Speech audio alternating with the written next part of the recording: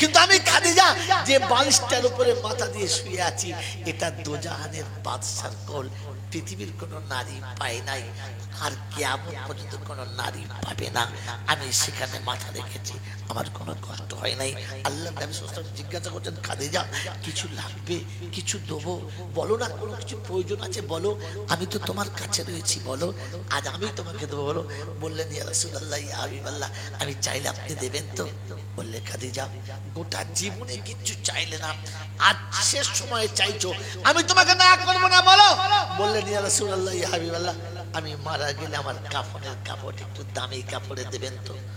বললেন, খাদিজা পৃথিবীর কোন কাপড়টা আমার পছন্দ বলো? মক্কা মদিনায় যেটা সব থেকে দামি কাপড়, আমি তোমাকে সেই কাপড়ে দাফন দেবো, সেই কাপড়ে কাপড় দেবো। আল্লাহ নবী সাল্লাল্লাহু আলাইহি ওয়াসাল্লামের সঙ্গে আমার আল্লাহওয়ালা ভাইরা, জ্ঞানী জনরা, সুধী মানুষরা, সেনা বাজান খাদিজা শুনিয়েছেন, ইয়া রাসূলুল্লাহ, ইয়া হাবিবাল্লাহ, আমার কোনো কাপড়ের দরকার নেই, আপনার গায়ের একটা জামা। বললেন, বলো ইরানি জামাটা নেবে না সুদানিটা নেবে? বলো না কোন জামাটা, মক্কাটা না মদিনাটা, কোনটা পছন্দ বলো।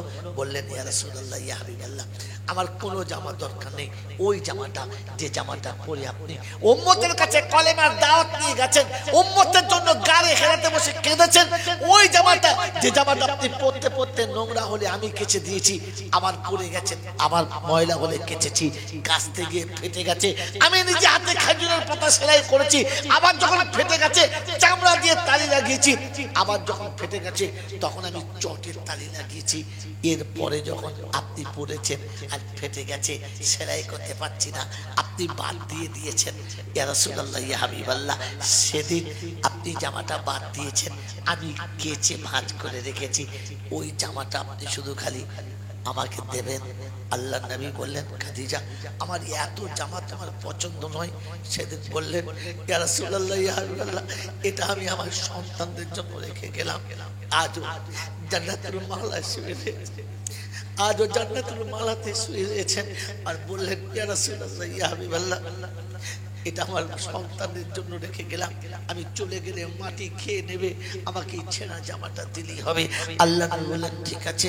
বললেন, ইয়া রাসূলুল্লাহ, ইয়া হাবিবাল্লাহ, আর আমার একটা আবেদন। বললে, কি? আল্লাহ হাবিব, পৃথিবীতে কেউ জানুক আর না জানুক, আপনি জানেন, আপনি জানেন যে আমি বিছানায় কোনোদিন একা শুয়ে ঘুমাই নাই, একা শুয়ে ঘুমাতে পারি না।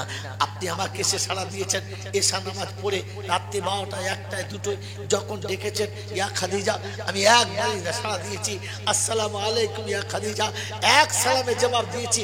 আপনি জিজ্ঞাসা করেছিলেন, খাদিজা তুমি ঘুমাও না, তোমার রাতে ঘুম পায় না?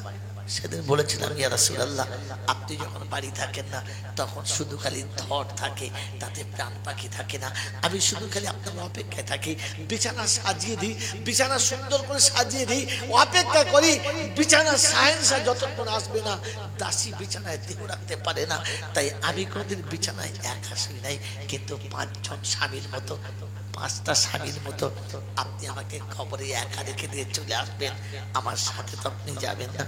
কিন্তু ইয়া রাসূলুল্লাহ, ইয়া হাবিবাল্লাহ, অন্ধকার কবর আমার খুব ভয় লাগে, অন্ধকার কবরে আমার একা যেতে খুব ভয় লাগে, আপনি একবার কবরে গিয়ে বলে দিয়ে আসবেন যেন আমাকে কবরে কোনো ভয় না দেখায়, কবর যেন আমাকে কোনো ভয় না দেয়। আমার আল্লাহওয়ালা ভাইরা, জ্ঞানীজনরা, সুধী মানুষরা, বিশ্বনবী জনাবে মুহাম্মদ রাসূলুল্লাহ সাল্লাল্লাহু তাআলা আলাইহি ওয়াসাল্লাম বললেন, খাদিজা ঠিক আছে, তোমার কথা আমি রাখবো। আল্লাহ নবীর কোলেতেই আম্মা জান খাদিজা দুনিয়া থেকে চলে গেলেন, ইন্না লিল্লাহি ওয়া ইন্না ইলাইহি রাজিউন, দুনিয়া ছেড়ে চলে গেছেন। গোসল কে দেবে? তো ফাতেমাতুজ জোহর এসেছেন, আমি দেব, আমার মায়ের গোসল আমি দেব। কোলে কোলে মা আমাকে মানুষ করেছে, মা আমাকে সারা জীবন কোলে কোলে গোসল দিয়েছে, আজ মা যাবে, মায়ের গোসলটা আমার হাতে হতে হবে, অন্য কারো হাতে না, গোসলটা আমার হাতে হবে। ফাতেমাতুজ জোহরা মাকে গোসল দিচ্ছেন। এই পৃথিবীর মানুষ মনে রেখে দাও যে মা মরে গেলে আমি শুধু কাঁদবো, গোসলটা পাড়ার মেয়ে দেবে, আব্বা মরে গেলে আমি কাঁদবো, গোসলটা পাড়ার লোকে দেবে না, এটা সুন্নত না। সুন্নত আব্বা মরে গেছে আপনি গোসল দিন, সন্তান মারা গেছে আপনি নিজে গোসল দিন, সন্তান কোলের কাছে শুয়ে রেখে যখন গোসল আপনি দেবেন আর বিবির হাতটা ধরে বলবেন, চল চল আমি নামাজ, পানিটা গরম কর, লোকে হয়তো বলবে মাথা খারাপ হয়ে গেছে, ছেলে মরে গেছে, বলে না, আপনাকে বলে রেখে যাচ্ছি, বাচ্চা মারা গেলে বিবিকে বলবেন গোসলের পানি গরম করতে, আপনি নিজে হাতে বসবেন আর বলবেন আমার আব্বা আজকে অনেক দূরে যাবে, আমার আব্বাকে সাজিয়ে দিতে হবে না, আমার আব্বা অনেক দূরে যাবে, আমার আব্বাকে সাজিয়ে দিতে হবে না, চলো তুমি পানিটা গরম করো। সেদিন মা পানি ঢালবে আর তুমি নিজে হাতে গোসল করাবে আর বলবে আব্বা আজকেই তোর গোসল করা শেষ হয়ে যাচ্ছে, আর হয়তো তোর গোসল দেওয়া হবে না। আমার আল্লাহওয়ালা ভাইরা বাচ্চাকে গোসল দিয়ে বাপ কাপড় পরাবে।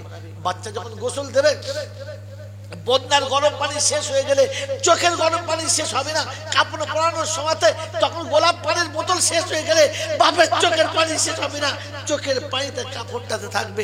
আমার আল্লাহওয়ালা ভাইয়েরা বাচ্চাকে গোসল দিয়ে কাপড় দিয়ে জানাজা যখন পড়া হয়ে যাবে, কবরে যখন শোয়াবেন, আপনি শোয়াবেন, অন্য কাউকে শোয়াতে দেবেন না। বিবি মারা গেলে আপনি শোয়াবেন, বাচ্চা মারা গেলে আপনি শোয়াবেন, অন্য কাউকে দেবেন না। বাচ্চাকে শুইয়ে দিয়ে মুখের কাপড়টা খুলে আদর করে বলে আসবেন আব্বা ঘুমিয়ে গেলে আমি বিছানায় শুইয়ে রেখে চলে আসতাম, আজ তুমি ঘুমিয়েছ, রেখে দিয়ে চলে যাচ্ছি, এখানে ঘুমাও, আমি এসে তোমাকে নিয়ে যাবো, ভয় করিস না, আমি এসে তোকে নিয়ে যাব। আমার আল্লাহওয়ালা ভাইরা বাচ্চার ইন্তেকালের পর কিংবা পিতার ইন্তেকালের পর দাফন দিয়ে কবরের কাছে বসবেন, ওই সময় খবিশ আসবে আপনার কাছে, ওই সময় শয়তান আসবে আপনার কাছে, এসে আপনার হাতটা ধরে বলবে আয় কাঁদিস না, বাপের কবরের কাছে বসে কাঁদি না, উঠে আয়। তখন বুঝবেন ওটা যে হাত ধরেছে ওটা খবিশের একদম বেজম্মা সন্তান, খবিশের হারামি ছেলে, ওটা অন্য কারণ না। কারণ বাপের কবরের কাছে বেটা বসে থাকবে, বাপকে তো বেটাকে তুলবে না। মন থাকবেন ইনশাআল্লাহ। সন্তান মারা গেছে, আপনি বাপ চুপচাপ বসে থাকুন, বাপের বেটার কবরের কাছে সবাই মাটি দিয়ে চলে যাবে, আপনি যাবেন না। সবাই যখন চলে গেছে তখন বেটার কবরের উপর হাতটা রেখে বলুন আল্লাহ আমানত আপনি আমার কাছে দিয়েছিলেন, আমানত আপনি আমার কাছে দিয়েছিলেন, আমি আমানতের যোগ্য নয়, ফিরিয়ে দিয়েছেন আল্লাহ, আমি নারাজ না, আমি নারাজ না। তবে জীবনের শেষ মুহূর্তে যদি কোনোদিন কোনো ভালো কাজ করে থাকি, আমি বাপ হাত তুলেছি, তুমি বলেছো, তোমার নবী বলেছে যে পিতা হাত তুললে তুমি নাকি কোনোদিন ফেরাও না, পিতা মাতার দোয়া তুমি কোনোদিন নাকি ফেরাও না, তাই সন্তানের জন্য আমি দুটো হাত তুলেছি, আমার বাচ্চাকে তুমি হেফাজতে রেখে দিও, কাল কিয়ামতের ময়দানে আমার বাচ্চা আমার কোলে ফিরিয়ে দিও, এইটুকু তোমার কাছে আবেদন, আর কিচ্ছু না। আল্লাহ পাক শোনান, আল্লাহর পাক নবী শোনান, কাল কিয়ামতের ময়দানে, হাসরের ময়দানে বাপ বসে থাকবে আর বাচ্চা ছুটে এসে বলবে আব্বা আমি এসেছি, চল চল। এগুলো আল্লাহর নবী বলেছেন, যাদের ছোট বাচ্চা মারা গেছে তারা স্বামী স্ত্রী জান্নাতি। কিয়ামতের ময়দানে মাসুমকে যখন জান্নাতে দেওয়ার অনুষ্ঠান আসবে, তখন প্রত্যেকটি মাসুম খুশিতে যাবে, আর ওখানে বসে দাদা ইব্রাহিম সোনা যে একা যাবি, মাকে নিয়ে যাবি না, মাকে নিয়ে যাবি না, যা যা মাকে নিয়ে যা। তো বাচ্চা ছুটে এসে আল্লাহকে বলবে আল্লাহ যাবো না। বলে কেন? বলে আমার মা, আমার মা। তো আল্লাহ বলবে যা মাকে নে। ও ছুটে গিয়ে মায়ের সঙ্গে পরিচয় করাবে, ফেরেশতারা পরিচয় করিয়ে দেবে। মা যেমনি মা বলে মায়ের হাত ধরবে, মা টুকরে কাঁদবে, বাচ্চা মায়ের চোখের পানি মোছে বলবে মা কাঁদিস না, আমি এসে গেছি, চল জান্নাতের বাগানে, তুই আমাকে কোলে কোলে নিয়ে চল। মা আরো কাঁদবে, মা আরো কাঁদবে।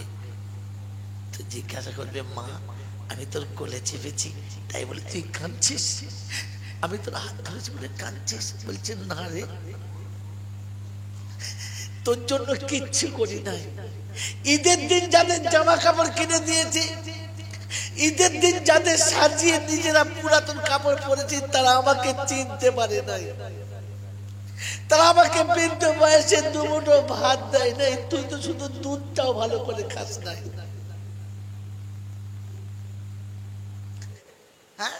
সুদের আড়তে মেয়ের বিয়ে দিচ্ছ, আর 5 জনকে ডেকে বলছে আমার জামাই এসআই। কিসের এসআই রে? কিরকম এসআই? বলছে LIC এসআই। কিসের? সব বনেছে কারখানা। মুসলমানের ছেলে। তোমাকে কোরআন পড়ে আল্লাহ বলে নাই ওয়া খালাকনাকুম আজওয়াজা, সবের আমি জোড়া পাঠিয়েছি, আমি তাহাজ্জুদের নামাজ পড়ে আল্লাহর কাছে জানাবো, আল্লাহ তুমি জোড়া পাঠিয়েছো, যেমন তেমন পাঠিয়েছো। তুমি বলেছো আল মুমিনিনা ওয়াল মুমিনাত, আল মুসলিমিনা ওয়াল মুসলিমাত, ওয়াল কানিতিনা ওয়াল কানিতাত, ওয়াল মুতাসাদ্দিকিনা ওয়াল মুতাসাদ্দিকাত। আল্লাহ যেমন তেমন জোড়া দিয়েছো, যে যেমন তার জোড়া তেমন তুমি ঠিক করেছো রব্বানা। আমার মেয়ে যেন সুদখোরের হাতে পড়ে না, মাতালের হাতে পড়ে না, আল্লাহ বিড়িখোরের হাতে যেন পড়ে না, দাঁড়িয়ে কুত্তার মতো পেচ্ছাপ করে এমন ছেলের সঙ্গে যেন আমার মেয়েটা হয় না।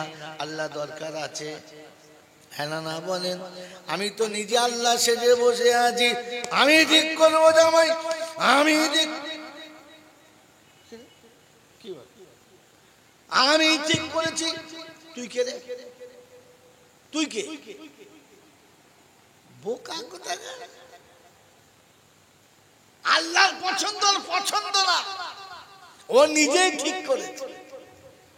ওই বাবাজিরা বলেন, মাওলানা সোহরাব সাহেব মরে গেছে, গেছেন যায় না? মরে গেছে? কথা বল, এ মরেছে তো? কবে কে বাড়ি রেখে গেছে? কিছুই নাই। ককামরা ঘর, কিছুই নাই। যা কামিয়েছে ফুটিয়ে দিয়ে চলে গেছে, ডান ভরে খেয়েছে, আল্লাহ রাস্তায় ঘুরেছে, আল্লাহ রাস্তায় মরে।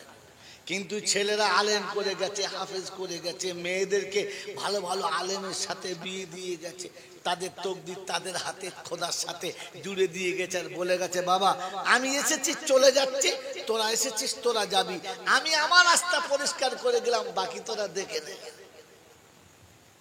কথা বুঝেছেন না? বোঝেন না? আয় বাবাজিরা, আমার আল্লাহওয়ালা ভাইরা, জ্ঞানীজনদের সুধী মৌসা, ফুলপুরা দাদা হুজুর পীর কেবলা রাহমাতুল্লাহ আলাইহি কটা বাড়ি করে দিয়ে গিয়েছিলেন? কিছুই করে দিয়ে যায়। ওই দরবার শরীফের ছেলেদেরকে দিয়ে চলে গেছে, আল্লাহ হাতে সুপে দিয়ে চলে গেছে। মেরে মোহতরম দোস্তর বুজুর্গ আল্লাহওয়ালা ভাইরা, জ্ঞানীজনদের সুধী মানুষেরা, আমরা দেখে কি শিখলাম, কি বানালাম?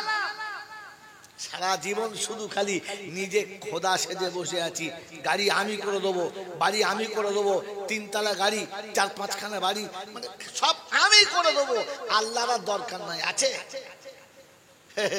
ও আমার নামাজ পড়ছে, আল্লাহু আকবার, আল্লাহ বলছে তোর দরকার কিছু? তুই তো নিজে আল্লাহ সেজে বসে আছিস, আমার তো দরকার নাই। পৃথিবীতে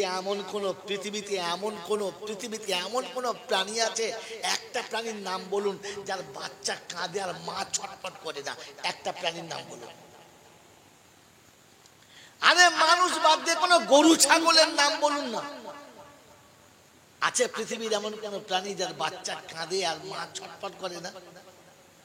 হ্যাঁ, একটা মুরগির ছোট্ট বাচ্চা সাপে ধরেছে, মা জানে সাপের মুখটা আমি ছাড়াতে পারবো না, কিন্তু সে চিল্লে গোটা পাড়ার লোক জড়ো করে ফেলে আর বারবার সাপের মুখের উপরে ঝাঁপ মারে যে বাচ্চা যেন ছাড়াতে পারে। পায় না? পায় না? পায় না? করে না? করে। কারণ কি?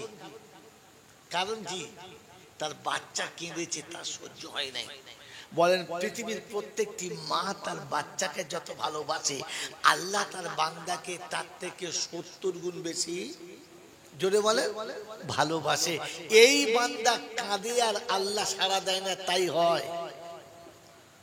কথা বলে, এই বান্দা কাঁদে আর তার আল্লাহ সাড়া দেয় না, এটা হতে পারে? পারে না। কারণ তিনি শুনিয়েছে যেদিন পৃথিবীতে আমার একজন আল্লাহ বলনে ওলা বাকি থাকবে না, লা ইয়াবকা ফিল আরদি আল্লাহ আল্লাহ লা ফাসাদাতা, আসমান থাকবে না, চন্দ্র থাকবে না, সূর্য থাকবে না, গ্রহ নক্ষত্র থাকবে না, জমিন থাকবে না, পাহাড় পর্বত থাকবে না, সব শেষ করে দেবো। একজন যেদিন আল্লাহ বলনে ওয়ালা থাকবে না, মেরে মোহতরম বুজুর্গ, আমি ওই আল্লাহকে আল্লাহ বলে বিশ্বাস করি মনে হচ্ছে? আমার আল্লাহওয়ালা ভাইরা, জ্ঞানীজনদের সুধী মানুষেরা, আমি আপনি ভেবে দেখি বসে বসে, আমি নিজে আল্লাহ সেজে বসে আছি, সব আমি করে দেবো, দোকান আমি করে দেবো, বাড়ি আমি করে দেবো, নাতিদেরকে বলছে তুই সারাতে লেগে আমি মরতে পারি না রে, এই কটাকে তুলে দিয়ে বলে দেন হ্যাঁ, ও নাতি পোতাদের তুলে দিয়ে তবে মরবে। ও মানে আগে থেকে গ্যারান্টি নিয়ে এসেছে এখন মরবে না, নাতি কটা মানুষ করে তবে মরবে। এ কত বড় বুকের ছাতিওয়ালা লোক দেখেছে মেরে মুক্তম দোস্তর বুজুর্গ। এরা যদি উঠে দৌড়ছে বলে আল্লাহুম্মা সাল্লি আলা, তো ফেরেশতা বলছে তুই তো খোদা সেজে বসে আছিস, তারপর দুরূদ শরীফ কার সাথে পড়ছিস? হ্যাঁ, তুই তো নিজে খোদা সেজে বসে আছিস। আমাকে ক্ষমা করে দেবেন, সারা জীবন শুনছেন ওই ওপারে আইজুর রহমান, এপারে আমাদের রিজাউল করিম, তারপর সব বড় বক্তা বসিরহাটে বড় বড় বক্তারা সবসময় আপনাদের কোরআন শোনাচ্ছে, ইন্নাল্লাহা লা ইয়াগফিরু আন ইউশরিকা বিহি ওয়া ইয়াগফিরু মা দুনা যালিকা লিমান ইয়াশা ইন্নাশ শিরকা লাযুলমুন আযীম। রব্বুল জালাল শোনাচ্ছে, ও বিশ্ব মানব শুনে রাখো, আমি আল্লাহ পাক গফুরুর রহিম, আমি আল্লাহ রহমানুর রহিম। আমি বান্দার সমস্ত গুনাহ মাফ করে দিতে পারি, আমি বান্দার সব অপরাধ ক্ষমা করে দিতে পারি। আমি আল্লাহ আমার কুদরতের কারিশমাতে সব ভুলগুলোকে মাফ করে দিতে পারি। কিন্তু শুনে রেখে দে, একটা ভুল জীবনে কখনো করিস না। আমি আল্লাহ আমার সঙ্গে কাউকে শরীক করিস না। আমি আল্লাহ আমার জায়গাতে কাউকে বসাস না, কারণ এর থেকে বড় কোনো আর জুলুম নাই। আমি আল্লাহ সব গুনাহ ক্ষমা করব, শিরকের গুনাহকে কোনোদিন ক্ষমা করব না। ও গদলমানের যুবকেরা, ও নামাজি বামাজিরা, টুপিওয়ালা দাড়িওয়ালারা, যারা মসজিদের কাছে বসে আছি, ভাবি বসে বসে আমি কি দ্বিতীয় খোদা সেজে বসে নাই? শিরকের খাতায় আমার নামটা কি ওঠে নাই? আজও পর্যন্ত মেরে মুহতম দোস্তর বুজুর্গ, যে আল্লাহকে আল্লাহ বলে স্বীকার করেছি, ওই আল্লাহর জায়গাতে অন্য কাউকে বসিয়েছি কিনা? আমি ঈমান আনার সময় বলেছি, আল কাদরি খাইরিহি ওয়া শাররিহি মিনাল্লাহি তাআলা, ভালো কিংবা মন্দ যেটা হবে সব আমার আল্লাহর তরফ থেকে হবে, পৃথিবীর কেউ কিচ্ছু করতে পারে না। আমার আল্লাহ ওয়ালা ভাইরা, জ্ঞানীজনরা, শুধু মানুষেরা, বান্দা যেদিন বুঝে যাবে আল্লাহ সবকিছু কাটনে বলা, বাপ বেটায় ঝগড়া হবে না, স্বামী স্ত্রীতে ঝগড়া হবে না, ভাইয়ে ভাইয়ে ঝগড়া হবে না, জামাই শ্বশুরে কোনোদিন ঝগড়া হবে না, সংসারে শাশুড়ি বইয়ে চুল ছেঁড়াছেড়ি কোনোদিন করবে না। কি গো বাবাজিরা, এরকম ওষুধ আপনাদের দরকার আছে? হ্যাঁ, হ্যাঁ না, ভাইয়ে ভাইয়ে ঝগড়া হবে না, বাপ বেটায় ঝগড়া হবে না, শ্বশুরের সঙ্গে জামাইয়ের ফাটাফাটি হবে না, এরকম ইচ্ছা আছে? আছে, আছে, হ্যাঁ না বলে? সত্যি আছে? আল্লাহ পাক শুনিয়ে দিয়েছে, আমার সঙ্গে পরিচয়টা করিয়ে দাও। কার সাথে? শ্বশুর আল্লাহ চেনে তো জামাই চেনে না, শাশুড়ি আল্লাহ চেনে তো বৌমা চেনে না, আমি চিনি তো আমার বাচ্চা চেনে না। ও গজালমারির বাবাজিরা, খাওয়াবার মালিককে? তাড়াতাড়ি বল, জোরে বলো, সত্যি বলেছ। আল্লাহ পাক কি শুনিয়েছেন? আল্লাহ পাক শুনিয়ে দিয়েছেন, ওয়ামা মিন দাব্বাতিন ফিল আরদি ইল্লা আলাল্লাহি রিজকুহা, জমিনে কোনো প্রাণী এমন আসে না যার পাঠানোর পূর্বে আমি আল্লাহ খাবার ব্যবস্থা করি না। তাহলে খাবার মালিক কে? জোরে বলেন। সত্যি বলছেন, খাবার মালিক আল্লাহ, একথা সত্য? আপনি জানেন? হ্যাঁ না না বলেন। আপনার ছেলে জানে? জানে? আপনার বিবি জানে? ও বাবা গজালমারির বাবাজিরা, বাড়িতে গিয়ে বউকে জিজ্ঞাসা করো তোমাকে খাওয়াই কে? তো বলবে কেন? কেলোর বাপ। ছেলেকে জিজ্ঞাসা করো তোকে খাওয়াই কে? আমার বাপ খাওয়ায়। হ্যাঁ না বলেন? আমার বন্ধু, আমার আল্লাহওয়ালা ভাইয়েরা, সন্তান জানে আব্বা খাওয়ায়, বিবি জানে আমার স্বামী খাওয়ায়, আর আমি জানি সবাইকে আমি খাওয়াই। হ্যাঁ না বলেন? তাই তো লোকের কাছে বলে বেড়াই 6টা-8টা পেট আমাকে পালতে হয়। ও বলছে খালি নামাজ নামাজ করছো, বাড়িতে 12 জন খাওয়ার লোক আছে, ওদের কে খাওয়াবে? আসমান থেকে আল্লাহ কি রুজি নামিয়ে দেবে? আমি খাটলে তবে খাবে, আমি ওদের খাওয়াই। একবার ভেবে দেখেন, খাওয়াবার মালিককে জোরে বলেন আল্লাহ। এটা শুধু মুখে বলি, কাজে বলি। আমার বন্ধু, আমার আল্লাহওয়ালা ভাইয়েরা, বিবি যেদিন জানবে আমার খাবার মালিক আল্লাহ, ও স্বামীর কাছে বলবে না ইলিশ মাছ দিয়ে ভাত খাবো, দেশি মুরগির ডিম খাবো, হ্যাঁ তোমার বাড়ি এসে শুধু খালি শাক আর ডাল খাবো না, আলু ছানা দিয়ে ভাত খাবো না। বিবি খেতে বসে বিসমিল্লাহ ওয়ালা বারাকাতিল্লাহ খাবার বলবে রব্বানা এ রুজি তুমি লিখেছো তাই খাচ্ছি, তুমি না লিখলে আমি খেতাম না, কারণ এই খাবার আমার পছন্দ ছিল না, তুমি খাবার তো তাই খাচ্ছি। মাওলানা হাকিম গো, আমার স্বামীর করার কিচ্ছু নেই। তুমি যদি স্বামীর হাতে কোটি টাকা তুলে দিতে, আমরা রোজানা সকাল সন্ধ্যা মুরগি মুসাল্লাম খেতাম। স্বামী গরিব, ওর হাতে তুমি কিছু দাও নাই, তুমি দিলে আমরা পেতাম, তুমি দাও নাই বলি আমি পাই নাই। ওই বিবি স্বামীকে কোনোদিন খারাপ চোখে দেখবে না, স্বামীর প্রতি অনীহা হবে না, স্বামীর পাশে কোনোদিন কোনো খারাপ মনোবাঞ্ছনা নেবে না। স্বামীর বিছানায় বসে বসে স্বামীর পা দুটো টিপে দেবে, মাথায় হাত বুলাবে। স্বামী যখন ঘুমিয়ে যাবে, ও নিরিবিলি আল্লাহর কাছে দোয়া করবে, রব্বানা সবকিছুর মালিক তুমি, স্বামী কিছুর মালিক না। কি জি বউ বাপের বাড়ি গিয়ে বলছে আর যাবো না, কেন কি বলছেন? না এই ভাঙা খাটা নিয়ে শোভনা স্কুলে কেমন করে সেই ঝনঝনানি বাজনা হয়, ও বাড়ি আর আমি যাবো না। কি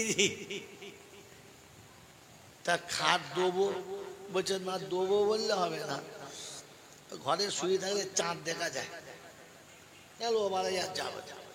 কথা বোঝেন না? বোঝেন না? বিবাহের পরে যদি বুঝতে পারতে যে স্বামীর কোনো অবস্থা নেই, বিশ্বনবী জনাবে মুহাম্মদ রাসূলুল্লাহ সাল্লাল্লাহু তাআলা আলাইহি ওয়াসাল্লামের দরবারে ফজরের নামাজ পড়ে সাহাবী চলে গেছে, দোয়াতে শরীক হয় নাই। পাশে সাহাবীরা বলতে শুরু করেছেন, ইয়া রাসূলুল্লাহ, ইয়া হাবিবাল্লাহ, অমুক মনে হচ্ছে মুনাফিক হয়ে গেছে। কি করে বুঝলে বাবা তোমরা? বলি, ইয়া রাসূলুল্লাহ, ইয়া হাবিবাল্লাহ, ফজরের নামাজ পড়ে আপনার পিছনে দেখেছি, কিন্তু প্রায় দেখি চলে যায়, দোয়াতে শরীক হয় না।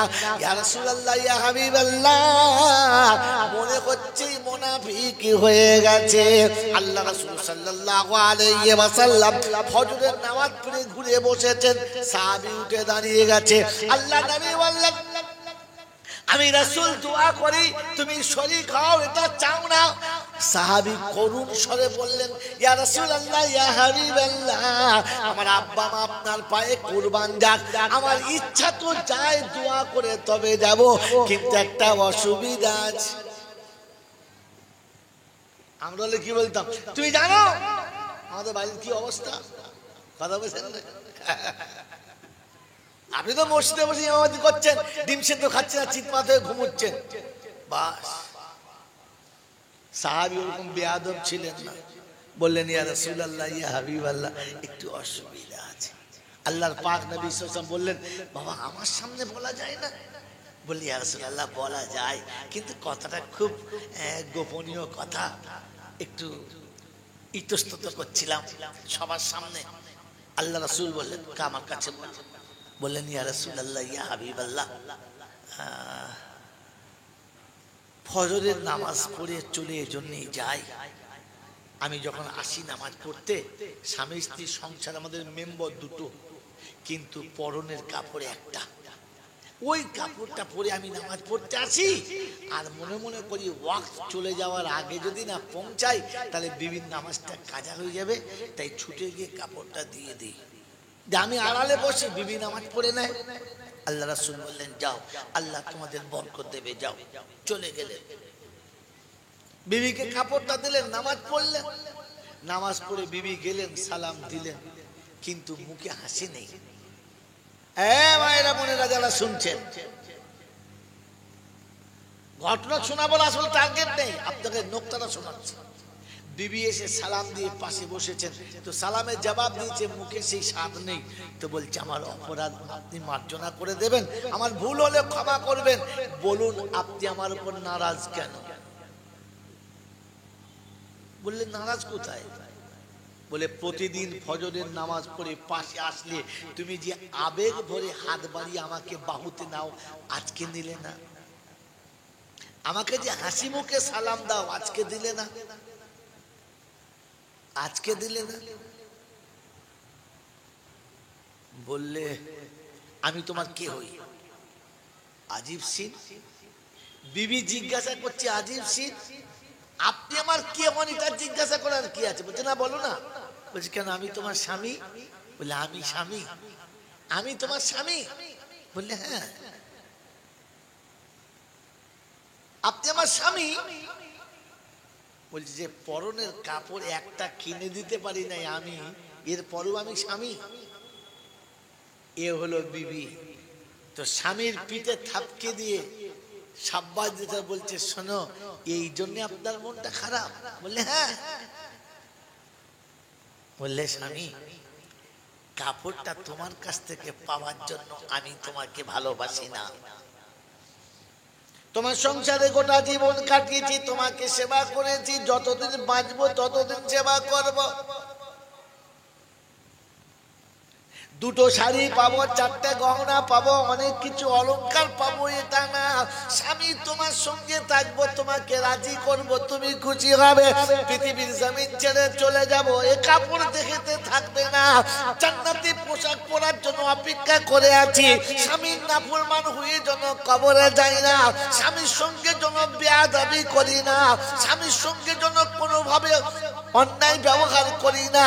তোমাকে ভালোবেসেছি, তোমার সঙ্গে সংসার করেছি শুধু আল্লাহকে পাবো বলে, আল্লাহকে রাজি করব বলে, তা না হলে তোমার সঙ্গে সংসারই করতাম না।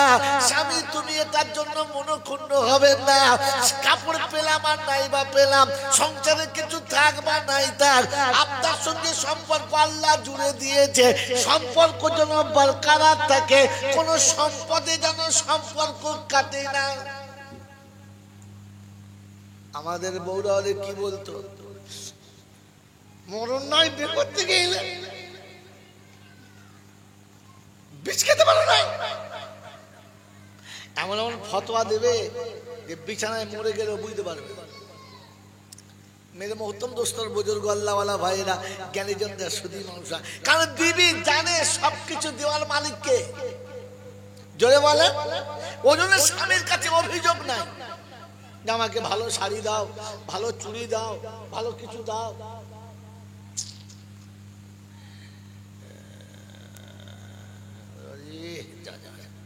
কোন দিকে যায় বাবাজিরা, সোনারা, লালীরা, জ্ঞানীজনরা, সুধী মানুষেরা। এই জন্য আপনাকে শুনিয়ে রাখছি যে আমি আল্লাহ চিনি, আল্লাহ চিনি। আর সবকিছুর মালিক আল্লাহ যেটা আমরা বলি ওটা সত্যিকারের বলি না শুধু মুখে বলি? মেরে মোহতরম দোস্তর বুজুর্গ আল্লাহওয়ালা ভাইরা, এই জন্য আল্লাহ পাক রব্বুল আলামিন, আল্লাহ পাক রব্বুল আলামিন আপনাকে আমাকে পরিচয় করানোর জন্য যাকে হেডলাইন করে পাঠিয়েছেন তিনি মুহাম্মাদুর রাসূলুল্লাহ। জোরে বলুন সাল্লাল্লাহু আলাইহি ওয়াসাল্লাম। মেরে মোহতরম দোস্তর বুজুর্গ আল্লাহওয়ালা ভাইরা, ওয়াকে আপনাদের শুনে শুনে মুখস্থ হয়ে রয়েছে, মুখস্থ হয়ে রয়েছে। শুধু খালি জীবনে ফিট খাওয়াই নাই তাই, সবকিছুর মালিক আল্লাহ এটা রাসূল শিখিয়েছেন, এটা রাসূল শিখিয়েছেন, এটা রাসূল শিখিয়েছেন। দিনের পর দিন গেছে, দিনের পর দিন চলেছে, উপোস চলছে, অভিযোগ নাই, কারণ জানে সবকিছুর মালিক কে। জোরে বলেন সবকিছুর মালিক কে? আল্লাহ। বিশ্বনবী জনাবে মুহাম্মদুর রাসূলুল্লাহ সাল্লাল্লাহু তাআলা আলাইহি ওয়াসাল্লাম নামাজে যাবেন। কোথায় যাবেন বলেন? নামাজে যাবেন। আসরের নামাজে যাবেন। আম্মা জান আয়েশা সিদ্দিকা রাদিয়াল্লাহু তাআলা আনহা চুপচাপ দাঁড়িয়ে আছে, যেই পাশ থেকে পাশ হচ্ছে শোনাচ্ছেন, আসসালামু আলাইকুম ইয়া রাসূলুল্লাহ ইয়া হাবিবাল্লাহ। আল্লাহর হাবিব দাঁড়ালেন, কি খবর আয়েশা? বললেন, ইয়া রাসূলুল্লাহ ইয়া হাবিবাল্লাহ, দুটো কথা আপনার কাছে শোনাবো। এখন টাইম নেই, অন্য সময় যখন তোমার বাড়ি পালা হবে তখন বলবে, বসে বসে সব শুনবো। আম্মা জান আয়েশা বললেন, ইয়া রাসূলুল্লাহ ইয়া হাবিবাল্লাহ, সেই আসরের নামাজ থেকে দাঁড়িয়ে মাগরিব পর্যন্ত দাঁড়িয়ে রয়েছি, একটু দুটো কথা শুনে গেলে হতো না? করুণ স্বরে নরম মেজাজে ঠান্ডা মাথায় বলেছেন। আল্লাহ রাসূল মনটা একটু নরম হয়েছে, কাছে এসে বললেন, বলো। বললেন, ইয়া রাসূলুল্লাহ ইয়া হাবিবাল্লাহ, কথা দুটো খুব গোপন কথা, খোলামেলা জায়গায় বলা যাবে না। আল্লাহ রাসূল দরজা পর্যন্ত চলে এলেন। আম্মা জান আয়েশা সিদ্দিকা রাদিয়াল্লাহু আনহা রাসূলের মোবারক হাতটাকে ধরে টেনে ভিতরে নিলেন। বললেন, আয়েশা বলো। বললেন, ইয়া রাসূলুল্লাহ, কোথায় বসাবো? কোথায় যে আপনাকে বসাই? ঘরের ভিতরে সেরকম জায়গা নেই, প্রদীপ জ্বালার মতো সেরকম ব্যবস্থা নেই, এখানে বসাবো? একটা জায়গায় দাঁড় করিয়ে বললেন, ইয়া রাসূলুল্লাহ ইয়া হাবিবাল্লাহ, এই কাপড়টা এতটা ছিঁড়ে গেছে যে পরে ফাঁকে বেরোতে পারছি না। আল্লাহ রাসূল বললেন, আয়েশা একটা কাজ করো, সেলাই করে নাও, এখন এই মুহূর্তে হবে না। আমাদের আয়েশা বললেন, ইয়া রাসূলুল্লাহ ইয়া হাবিবাল্লাহ, ওটা সেলাই করেছি, কিন্তু সেলাই করার পরও ফের ছিঁড়ে গেছে। বললেন, আরেকবার সেলাই করো। বললেন, ইয়া রাসূলুল্লাহ ইয়া হাবিবাল্লাহ, সেলাই করতে করতে এমন একটা জায়গায় এসে দাঁড়িয়েছে যে সেলাইয়ের উপরে সেলাই পড়ে গেছে, আর সেলাই করার কোনো জায়গা নেই। আপনারা ব্যবস্থা করলে ভালো হতো, পরনের কাপড়ে একটা তাও ছিঁড়ে গেছে। তো বললেন, আর একটা বার চেষ্টা করো, আমি দেখছি। আম্মা জান আয়েশা শোনাচ্ছেন, আমি সুর করে বলে অনেক টাইম খেয়ে নেবে, তাই শর্টে শুনে দিচ্ছি। আম্মা জান বললেন, ইয়া রাসূলুল্লাহ ইয়া হাবিবাল্লাহ, পরনের কাপড় একটা, এটাকে যদি ফের সেলাই করতে হয় তাহলে একটু গোপন জায়গায়, আড়াল জায়গাতে গিয়ে দেহ থেকে কাপড়টা নামিয়ে সেলাই করতে হবে। বললে, হ্যাঁ। বলে, ইয়া রাসূলুল্লাহ, তাহলে ওই গোপন জায়গাতে যদি কাপড়টা সেলাই করে একটু প্রদীপ জ্বালতে হবে, কিন্তু প্রদীপটা জ্বালার মতো কোনো তেল আমার কাছে নাই। আল্লাহ রাসূল একটু চমকে গেলেন, বললেন, আয়েশা, রাতে বাতি জ্বালো না?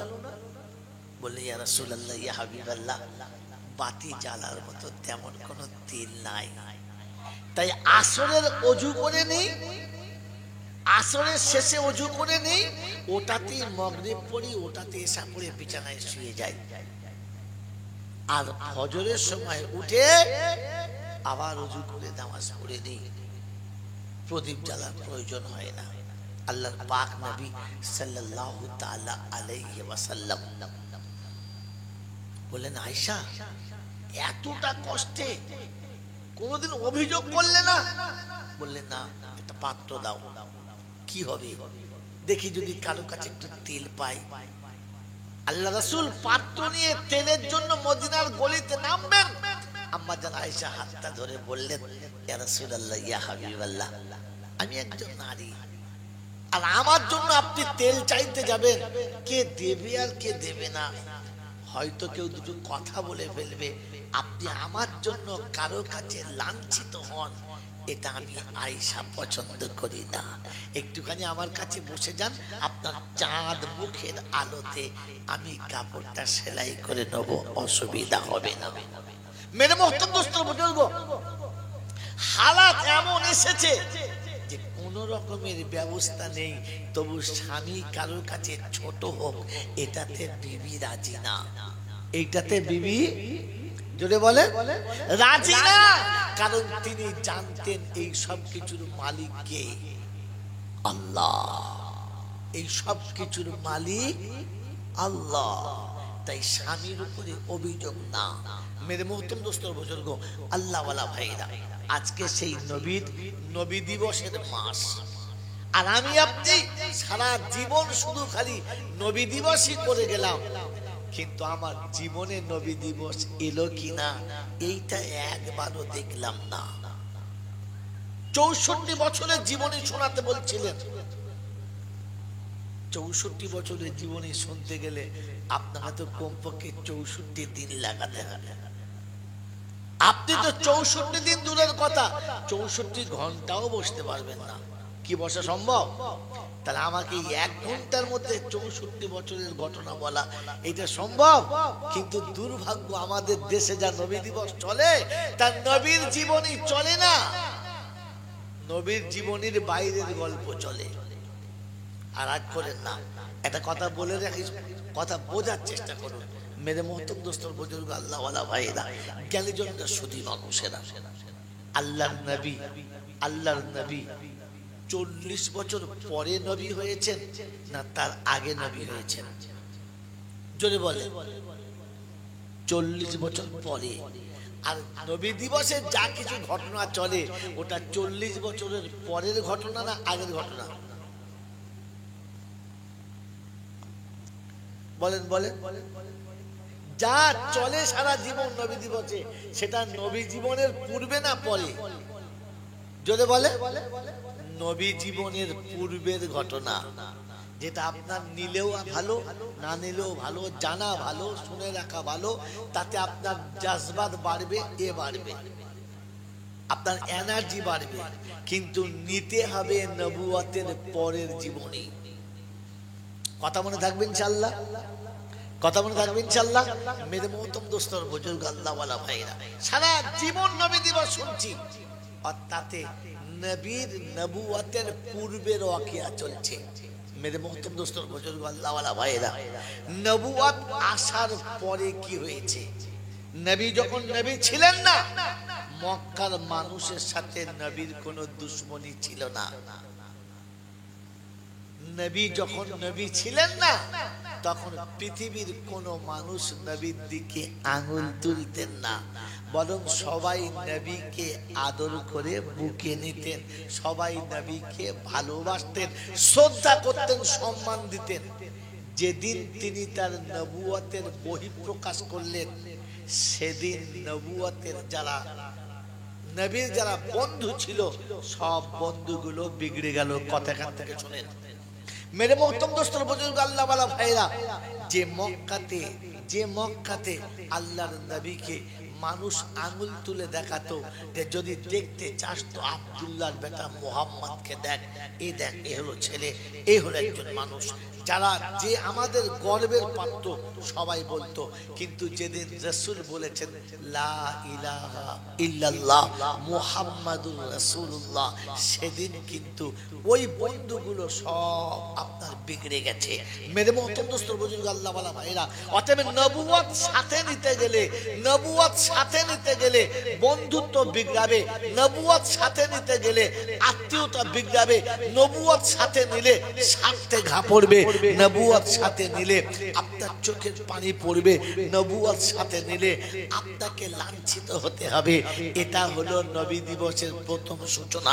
মেরে মোহতরম দোস্তর বুজুর্গ, আর আপনার কাজ হলো সমস্ত অন্যায়কারীর অন্যায়কে সহ্য করে নিয়ে, তার প্রতিবাদ না করে, তার বিপক্ষে কিছু শাসন না করে, বরং রবের সঙ্গে সম্পর্ক জুড়ে দেওয়া। পরওয়ারদিগারে আলাম, মাবুদ, আমি তো তোর কথাটা এতদূর নিয়ে গেছি, কিন্তু বান্দার হালাত এই, আল্লাহ তুই ওদেরকে সোজা পথে নিয়ে আয়। মেরে মোহতরম দোস্তর বুজুর্গ, আপনি উত্তেজিত হতে পারেন না, আপনি কাউকে আঙুল তুলতে পারেন না, আপনি প্রতিশোধের জন্য বিকল্প ব্যবস্থা নিতে পারেন না, আপনি হাত তুলতে পারেন। কোরআন শুনছি, وعباد الرحمن الذين يمشون على الأرض هونا وإذا خاطبهم الجاهلون قالوا سلاما الذين يبيتون لربهم سجدا وقياما الذين يقولون ربنا اصرف عنا عذاب جهنم إن عذابها كان غراما বিশ্ববাসী শুনে রাখো আমি আল্লাহ যাকে বান্দা বলে স্বীকার করেছি তার প্রথম নমুনা হলো মাথাটা নিচু হবে, নরম মেজাজে কথা হবে।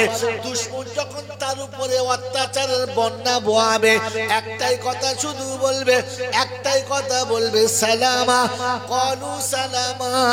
রাত যখন গভীর হবে, বিশ্ব যখন ঘুমিয়ে যাবে, বিশ্বের দরবার যখন বন্ধ হবে, রবের দরবারে হাত তুলে কেঁদে বলবে রব্বানা রব্বানা আসরিফ আন্না আযাবা জাহান্নাম ইন্না আযাবাহা কানা গরামা। পরওয়ারদিগার আলাম মাওলাই হাকিম গো, হাত তোমার দরবারে তুলেছি, ভাইকে মুসিবতে ফেলবেন না, দেশের মানুষকে বিপদে ফেলবেন না, বিশ্ববাসীকে কোনো কষ্ট দেবেন না। আমি আপনার দরবারে দুটো হাত তুলেছি, আয় আল্লাহ ওদের ভুলগুলোকে আপনি মাফ করে দিন। ওরা সব কথা জানে না, ওদেরকে আমি বুঝাতে পারলাম না, কমি আমার কাছে, খামি আমার কাছে, অপরাধ আমি করেছি, ওই অপরাধের জন্য ওদেরকে আপনি দোষী বানাবেন না। কি গো বাবাজি, আপনি নবী দিবসে সারা জীবন আসছেন, এখনো কাউকে ক্ষমা করতে শিখলেন না, কাউকে ক্ষমা করতে শিখলেন না। বিশ্বনবী জনাবি মুহাম্মদুর রাসূলুল্লাহ সাল্লাল্লাহু তাআলা আলাইহি ওয়াসাল্লাম উহুদের প্রান্তরে রক্তাক্ত হয়ে গেলেন, রক্তাক্ত হয়ে গেলেন, দাঁত ভেঙে গেছে, কপাল ফেটে গেছে। এরকম রক্তাক্ত অবস্থায় আল্লাহর নবী সাল্লাল্লাহু আলাইহি ওয়াসাল্লাম উম্মতের জন্য দোয়া করছেন, আল্লাহ তুমি ওদেরকে ক্ষমা করে দাও, ওরা আমাকে চিনতে পারে নাই, ওরা আমাকে বুঝতে পারে নাই। আল্লাহর নবী সাল্লাল্লাহু আলাইহি ওয়াসাল্লাম দরবারে ফিরেছেন, বেটি জিজ্ঞাসা করছে, আব্বা আব্বা ওরা আপনাকে এরকম মেরেছে, আপনি কিছু বললেন না? আল্লাহর নবী বললেন ছেড়ে দাও মা। আর একটা বেটি এলো, কি করে মারলো আপনাকে এরকম করে? বললে বাপ ছেড়ে দাও। আর একটা বেটি এলো, একটাই কথা, আপনি বদদোয়া করতে পারলেন না, ছেড়ে দাও। শেষ বেটি এলেন, ছোট্ট মেয়ে হযরত ফাতেমা জোহরা এলেন, সব দেখলেন, চোখ দিয়ে টপ টপ টপ টপ করে পানি পড়ছে। আল্লাহ রাসূল বসে আছে, গায়ে হাতটা বুলাচ্ছে আর বলছে আব্বা আমি কি করে সহ্য করবো বলো তো? সবাই বলেছে আপনি কি করে সহ্য করলেন, কেন আপনাকে মারলো, কেন বদদোয়া করলেন না? হযরত ফাতেমা জোহরা এসে বললেন আব্বা আমি কি করে সহ্য করবো বলেন তো, আপনার উপরে যে অত্যাচার চলে গেছে আমি কি করে সহ্য করব? এই শব্দটা কে বলে? এই শব্দ কে বলে? মা। কে বলে? সবাই সহ্য করে নিয়েছে, মা এসে বলে আমার বাচ্চার উপরে অত্যাচার আমি মা কি করে সহ্য করব? আল্লাহর পাক নবী সাল্লাল্লাহু তাআলা আলাইহি ওয়াসাল্লাম হযরত ফাতেমা জোহরাকে কোলের কাছে টেনে দিলেন আর বললেন মা চুপ করো।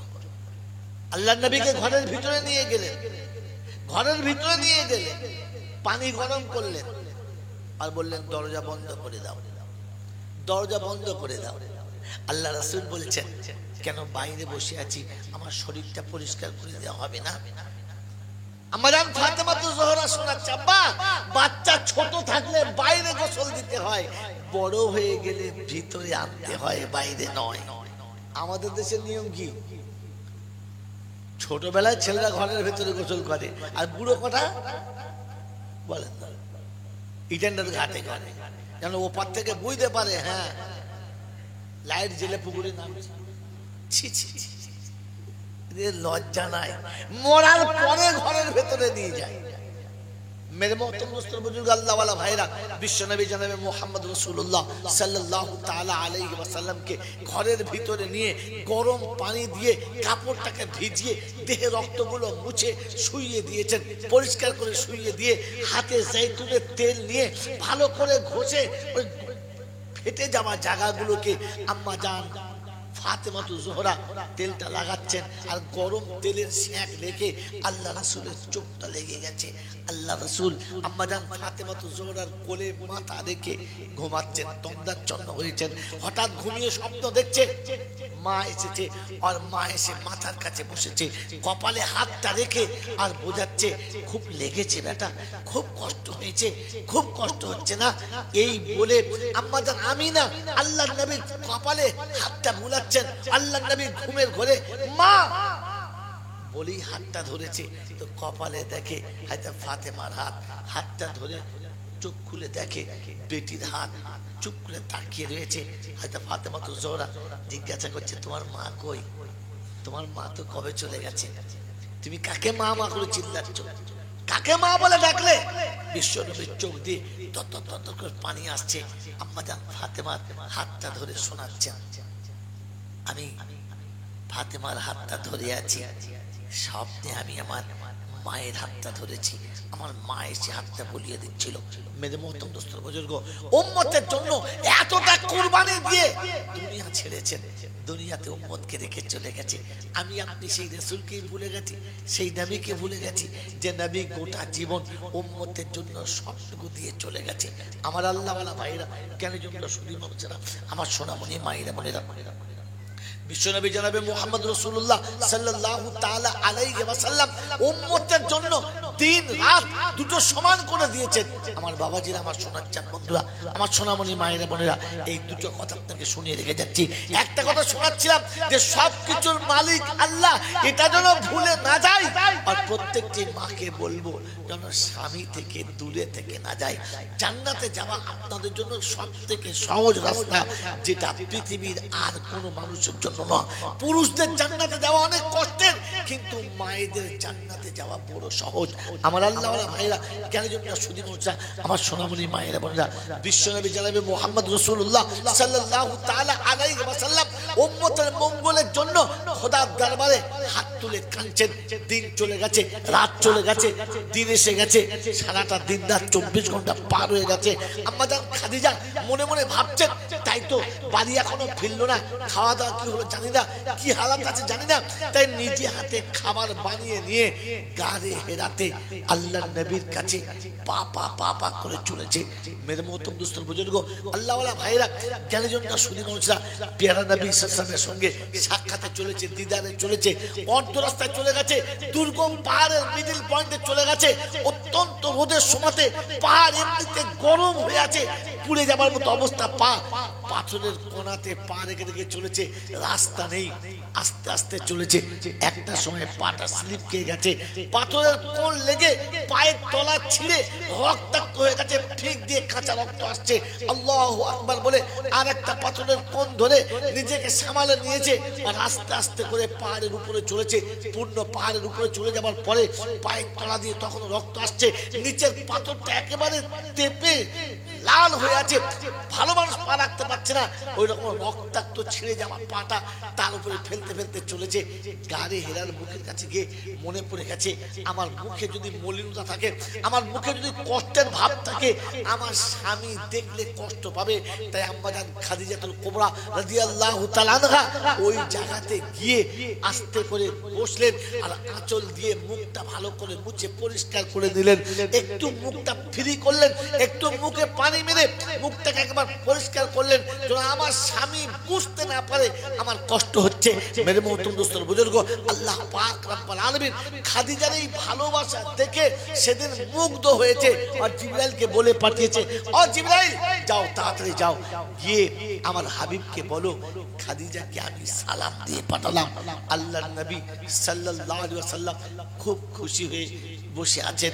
আম্মা জান খাদিজা সামনে গেলেন আর গিয়ে বললেন, আসসালামু আলাইকুম ইয়া রাসূলুল্লাহ।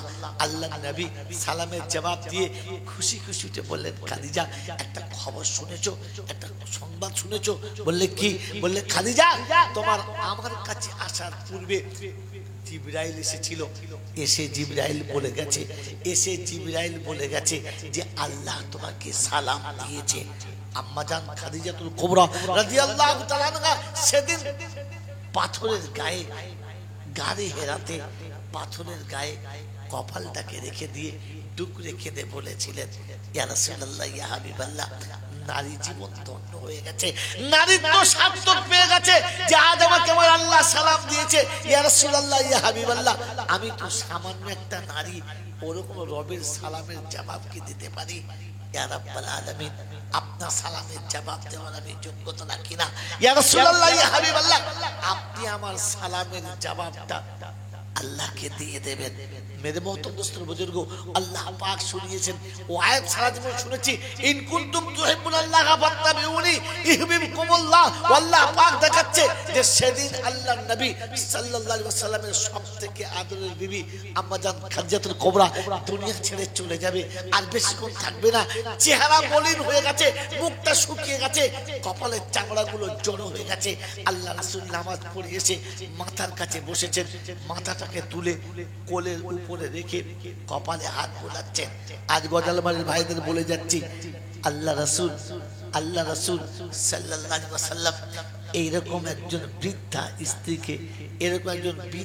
স্ত্রীকে কোলে তুলে নিয়ে কপালে হাত বোলাচ্ছেন, সান্ত্বনা দিচ্ছেন।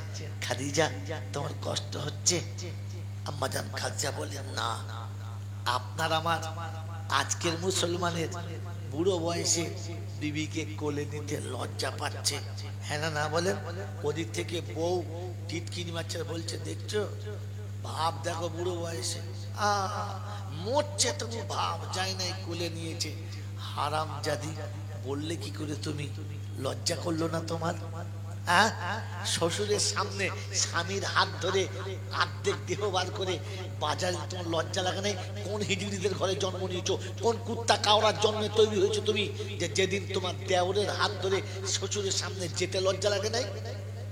নন্দার পাশে বসে গায়ে গা দিয়ে নাস্তা খেতে লজ্জা লাগে নাই? কোন মেথরের ঘরে জন্ম নিয়েছো? কোন কুত্তা মেথরের জন্ম দিয়েছে তোমাকে, যে তোমার সেদিন লজ্জা লাগে নাই? বৃদ্ধ শ্বশুর শাশুড়ির পাশে বসেছে, তখন তোমার লজ্জা পাচ্ছে। তখন মনে করতে হবে যে ওই যে মেয়েটা লজ্জা পাচ্ছে, লজ্জার ঘাটে ওর জন্ম হয় নাই, ওর ওই নির্লজ্জের ঘাটে জন্ম হয়েছে। কোনটাকে লজ্জা বলে জানে না, কোনটাকে লজ্জা বলে জানে না। গোটা জীবন শ্বশুর আর শাশুড়ির সামনে দেহ খুলে বার হতে লজ্জা লাগে নাই, দেওরের সাথে ভাব করতে লজ্জা লাগে নাই, নন্দার সঙ্গে মুখে মুখ দিয়ে আদর করতে তখন লজ্জা লাগে নাই, পরপুরুষের সামনে মাথার চুল খুলতে লজ্জা লাগে নাই, ব্লাউজের হ্যান্ডেল খুলে অর্ধেক সুন্দরবন বার করে পথ চলতে লজ্জা লাগে নাই। এখন বুড়ো বয়সে শাশুড়ির মাথার কাছে শ্বশুর বসেছে, কপালে হাত বুলিয়েছে, বৌমা মুখে কাপড় দিয়ে চুলোর সালে হাঁকছে, বলছে ও দেখ। কথা বুঝেছেন? তখন বুঝবেন বেহায়াল ঘরের মেয়ে এনেছে, মানুষের ঘরের আনেন নাই, মানুষের ঘরের বাচ্চা আনেন নাই। বিশ্বনবী জনাবে মুহাম্মদ রাসূলুল্লাহ সাল্লাল্লাহু আলাইহি ওয়াসাল্লাম আম্মা জান খাদিজাতুল কুবরার মাথাটা কোলের উপরে নিয়ে ভাত বুলাচ্ছেন। আমাদের দেশের বুড়োরা বাড়ির ভেতরে স্ত্রী কষ্ট পাচ্ছে আর ও দলিতে বসে বসে বিড়ি খাচ্ছে আর চিন্তা করছে আজ খাওয়া দাওয়া ভালোই হবে, নাচ জামাই এসেছে, কুটুমজন এসেছে। কোন হাঙর কুমিরের বাচ্চা তুমি? মানুষের বাচ্চা মনে হচ্ছে? হ্যাঁ, নাচ জামাই এসে জিজ্ঞাসা করছে না না নানি কেমন আছে? মরবে আর কি, আজকালই মরবে, যা দেখে আয় আজকে। ওর কাছে আজরাইল এসে বলে গেছে আজকালই মরবে, ওর আগে যে এ মরবে খবর নাই। বিড়ি খেতে খেতে কোক করে উঠে চিতে পড়েছে, নাচ জামাই এসে জিজ্ঞাসা করছে ও না না তুই মরবি না নানি মরবে? বলছে এখন মনে হচ্ছে এবার আমি মরবো। ও লজ্জাও নাই এখনো পর্যন্ত। এর ঈমান আছে কিনা বোঝা মুশকিল আছে। মেরে মহতম দোস্তর বুজুর্গ, এই সুন্নত মনে রেখে দেবেন। শেষ সময়ে মৃত্যুর যন্ত্রণার সময় স্বামী যদি স্ত্রীর কপালে হাত বুলিয়ে দেয় তো অর্ধেক মৌতের কষ্ট কমে যায়, এটা মনে রেখে দেন। আমার আল্লাহওয়ালা ভাইরা, আমার জ্ঞানচর সুধী মানুষ, আল্লাহ নবী বলেছেন, মান তামাসসাকা বিসুন্নতি ইনদা ফাসাদি উম্মতি ফালাহু আজরুম মিয়াতি শাহীদ। একটা সুন্নত যদি উম্মত মরে যাবার সুন্নত যদি জিন্দা করে, আমি রাসূল বললাম 100 শহীদের সওয়াব। এই সুন্নত মরে গেছে, এই সুন্নত আজ নেই। তাই বলে যাচ্ছি, বৃদ্ধ বয়সে বিবিকে দূরে রাখবেন না, বৃদ্ধ বয়সে স্ত্রীকে দূরে রাখবেন না, ভুল করে কষ্ট দেবেন না। আমার আল্লাহওয়ালা ভাইরা, স্ত্রীরা তো দূরে থাকতে চায় না, কিন্তু আমরা দূরে রাখতে চাই। আজ বৃদ্ধ বয়সে সন্তান এত নিষ্ঠুর হয়ে গেছে যে আব্বার মাকে ভাত দেবে, তাই দুজন দুদিকে পালা। বেশি দিনের ঘটনা নয়, এই হয়তো সপ্তাহ দুয়েক আগে পাশের গ্রামে একজন মারা গেছে, তো গেছি একজনের কাছেতে, বাড়িতে আব্বার মা বসে আছে।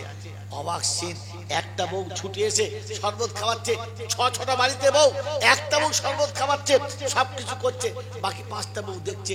জিজ্ঞাসা করলাম ব্যাপারটা, তো বললে এখন আমার ঘরে পালা, তাই আমার সব জ্বালা।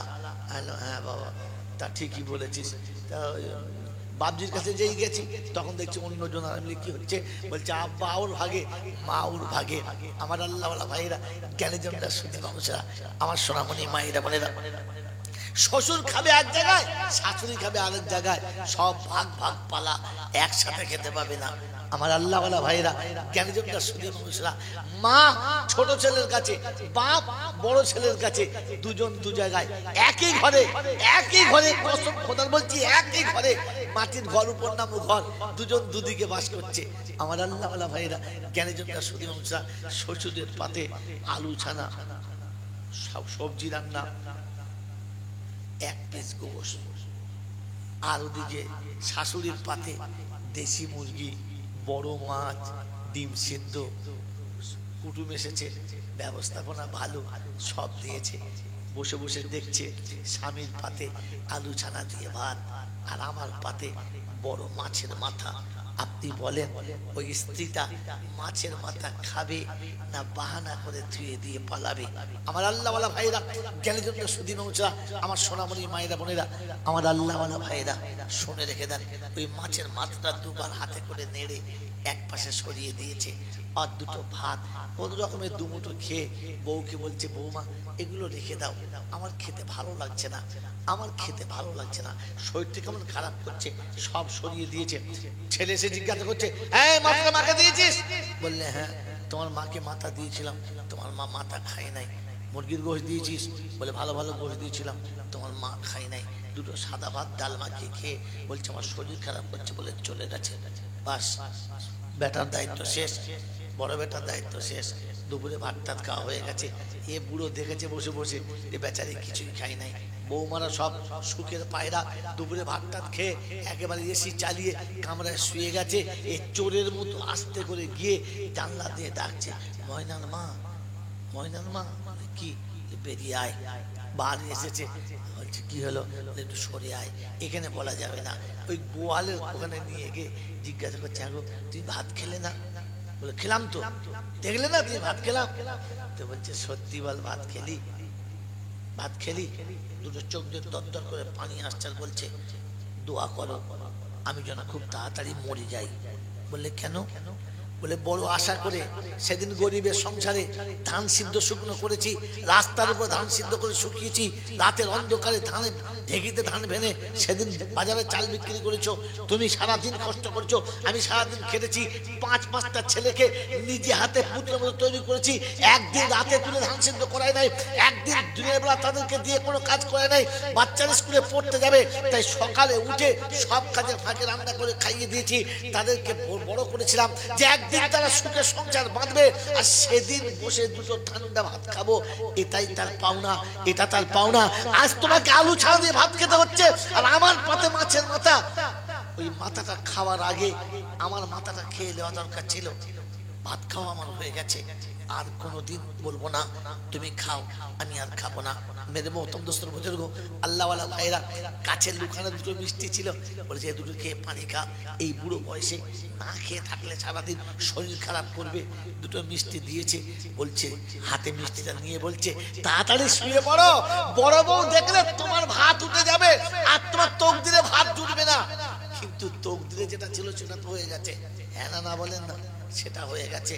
বাস মিষ্টি দুটো নিয়ে ঘরে গেছে, আর দূর থেকে দেখে যে বড় বউ জানলা দিয়ে দেখছে, বাস কলজে শুকিয়ে গেছে। মিষ্টি নিয়ে চলে গেছে, আর খাওয়া হয় নাই। সন্ধ্যেবেলা সবার খাওয়া হলো, শ্বশুরের খাওয়া হলো না। তো শাশুড়ি এসে জিজ্ঞাসা করছে, হ্যাঁ তো শ্বশুরকে ভাত দিবি না? বলছে শ্বশুরের শরীর খারাপ, ভাত খাবে না। পাশের ঘরে গিয়ে জিজ্ঞাসা করছে, হ্যাঁ গো তুই ভাত খাবে না? বলে হ্যাঁ বড় বউ ভাত দেবে। বলছে কালকে দেবে। বলছি কেন? বলে সবাই খেয়ে দিয়ে শুয়ে ঘরে খিল লাগিয়ে দিয়েছে, তোমাকে আবার ভাত দেবে? বলছে আমাকে ডাকলো না? বলে ডাকবে না, তুই দুপুর বেলা দাঁতব করছিলে, আমি তোমাকে বলেছিলাম না দেবে না। তাই মা এসে বেহায়ার মতো ডাকছে, কচি কচি রে। বলে কি?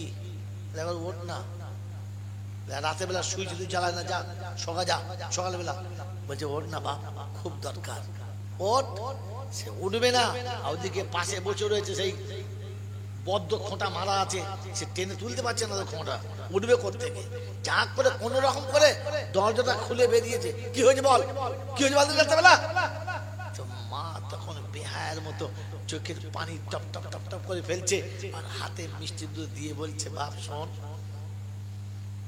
তোর আব্বা আমাকে কিচ্ছু দেয় নাই, জানি না বড় বউ তোকে কি বলেছে, এই মিষ্টি দুটো আমাকে দিয়েছিল, খাই নাই। এই কাল পেটে অনেক কিছু খেয়েছি, তাই মিষ্টি দুটো খাই নাই, এই দুটো তোর মেয়েকে দিস, আর তোর বউকে বল তোর আব্বাকে দুটো ভাত দিতে, বুড়ো বয়সে রাতের বেলা না খেয়ে মরে যাবে, বেচারার খিদে লেগেছে, দুটো ভাত দিতে বল। আর যদি বউ না দেয় তুই যেন কিছু মনে করিস না, আমি যে ভাতটা পেয়েছি না, ওই ভাতটা আমরা ভাগ করে দুজনে খাচ্ছি, দুজন কাল সকালবেলা তোর আব্বাকে কিচ্ছু বলিস না। মেরে মহতম দোস্তর বুজুর্গ, ওর বাপ পাশে থেকে উঠে গিয়ে হাউ হাউ করে কাঞ্চার বলছে শোন, আর ভাত চাইতে হবে না, ভাত চাওয়া হয়ে গেছে, চলে আয়, কাল সকাল থেকে আমরা দুজনে ভিক করবো, আর সন্ধ্যেবেলা এসে দুজনে খাবো, আর তোদের ভাত দিতে হবে না বাপ। মেরে মহতম দোস্তর বুজুর্গ, বিশ্বনবী জনাবে মুহাম্মদ রাসূলুল্লাহ সাল্লাল্লাহু তাআলা আলাইহি ওয়াসাল্লামের প্রত্যেক বছর নবী দিবস করছেন, প্রত্যেক বছর নবী জীবনী শুনছেন, যে নবী জিন্দেগিতে কখনো তার মায়ের সাথে তো দূরের কথা, কখনো তার দুধ মায়ের সঙ্গে এমন ব্যবহার করেন নাই। আল্লাহ নবী সাল্লাল্লাহু আলাইহি ওয়াসাল্লাম যেদিন মদিনা থেকে মক্কায় ব্যাক করছিলেন, মাকামে হাতরাত এসেছেন, কবরস্থানের কাছে মাকবারায় কাছে এসে সাহাবীদের বাইরে বসিয়ে দিলেন, আর বলে গেলেন ভিতরে কেউ যাবে না, যদি কোনো দেরি হয়ে আসতে যাবে না, যদি কান্নার আওয়াজ আসে তারপরেও যাবে না। আল্লাহর পাক নবী সাল্লাল্লাহু আলাইহি ওয়াসাল্লাম টুকটুক করে ভিতরে গেলেন, কবরের কাছে গিয়ে বসলেন, আর বললেন ইয়া আম্মি লা তানদুর, তুমি দেখতে পাচ্ছ না, তুমি একবার দেখো, আমাকে একা রেখে এসেছিলে, আমার দাদু ছাড়া কেউ ছিল না, এরপরে দাদু হাত ছেড়ে চলে এসেছে, পৃথিবীর জমিন আমার কেউ ছিল না, মক্কা থেকে আমাকে নিরুপায় হয়ে আল্লাহর হুকুমে মদিনায় আসতে হয়েছে। আজ মদিনা থেকে যেদিন মক্কায় যাচ্ছি, আমার সঙ্গে গোটা জামাত আছে, একদল মানুষ আছে, সব বাইরে অপেক্ষা করছে, মা আজ সব আছে, শুধু তুমি নেই, তাই তোমার কাছে, তুমি তো দেখতে পাচ্ছ না। মা তুমি যদি আজকে খালি একবার বলতে ইয়া মুহাম্মদ, একবার আওয়াজ দিতে, একবার ডাকতে, আমি মুহাম্মদ, আমি মুহাম্মদ, যদি নামাজে দাঁড়াতাম, এশার নামাজ শুরু করেছি, সূরা ফাতিহা অর্ধেক পড়া হয়ে গেছে, আর তুমি খালি আওয়াজ দিতে ইয়া মুহাম্মদ, ও আল্লাহ পাকের জাতের কসম, ওয়াল্লাযী নাফসি বিয়াদিহি, যার হাতে আমার জান বাঁধা, মা ওই জাতের কসম করে বলছি, তুমি যখন আমাকে ডাকতে, আমি নামাজ ছেড়ে দিতাম, ছুটে তোমার কাছে যেতাম, বলতাম মা তুমি কি বলবে বলো, মা তোমার কি আদেশ বলো, আগে তোমার কথা শুনতাম, পরে এসে নামাজ পড়তাম, আমার নামাজের থেকে তোমার ডাকটা আমার কাছে অনেক বড় ছিল, কিন্তু তুমি আমাকে মোহাম্মদ বলে কোনোদিন ডাকবো না। এই উম্মতে মুহাম্মাদি যে নবী দিবসে আজকে বসেছেন, যে নবী তার জীবনে শুনে দিয়ে চলে যাচ্ছে, যদি আমি ফরজ নামাজের নিয়ত করতাম, নফল নয়, সুন্নত নয়, আমি যদি ফরজ নামাজের নিয়ত করে দাঁড়িয়ে যেতাম আর আমার মা আমাকে ডাকতো ইয়া মুহাম্মদ বলে, তো আমি নামাজ ওখানেই ছেড়ে দিতাম, ছুটে গিয়ে মায়ের ডাকে সাড়া দিতাম। আজ সেই নবী দিবস করার পরে মা ডেকে শেষ হয়ে গেলে আমাকে কাছে পায় না, মায়ের কাছে বসতে লজ্জা পায়। আপনার নবী দিবস আপনার ধন্য, আপনার নবী দিবস আপনার মোবারক। বিশ্ব নবী জনাব মুহাম্মদ রাসূলুল্লাহ আম্মা জান খাদিজাকে কোলের উপরে মাথা দিয়ে জোকে ছেড়ে চলে এসেছিলাম। মেরে মুহূর্ত বুজুর্গ কপালে হাতটা বুলাচ্ছে, জিজ্ঞাসা করছে খাদিজা কষ্ট হচ্ছে? বললে না ইয়া রাসূলুল্লাহ কষ্ট হয় নাই, কষ্ট হয় নাই। বললে খাদিজা কপালের চামড়াগুলো শুকিয়ে গেছে, মুখটা মলিন হয়ে গেছে, ঠোঁট দুটো একদম শুকিয়ে তুলসী পাতার মতো হয়ে গেছে, এর পরেও বলছে আমার কষ্ট হয় নাই।